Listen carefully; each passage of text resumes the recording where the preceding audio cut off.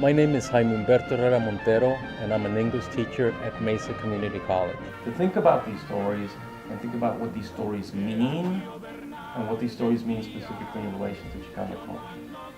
I was born on the American side. I was born in El Paso, Texas, but I grew up on the Mexican side of the border in Juárez, obviously.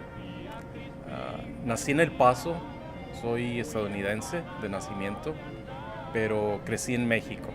When I think about who's inspired me, I have to think in terms of a whole people. Specifically, it would have to be my parents, and they taught me to go past my struggles and to keep learning and to focus on education. You know, I think of my own family, my wife and my kids, they inspire me every day. I think of my students. My students, you know, they inspire me.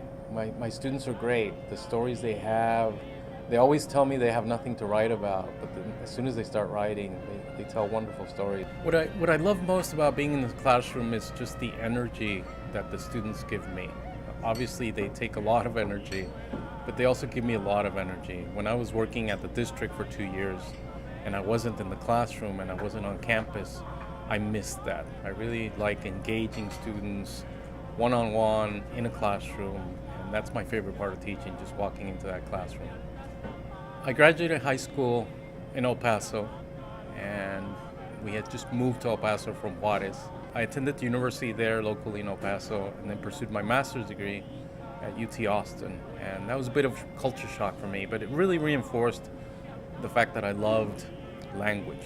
And eventually from there, I started teaching. I've been teaching for close to 30 years now. It's a running gag in the department that I use Sandra Cisneros for every single one of my classes, and it's not far from the truth because it's a small novel, it's very approachable, but there's a lot of material we discuss in terms of the culture. In terms of being a student on the border and my ability with language, again, very unique experience.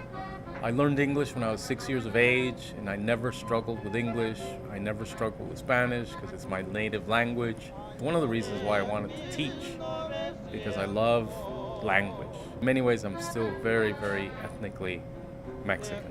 After a few years at MCC, a couple of colleagues approached me and they wanted to know if I spoke Spanish, and of course, I impressed them with my Spanish. They both retired and I took over the program, and I lead that program to this day.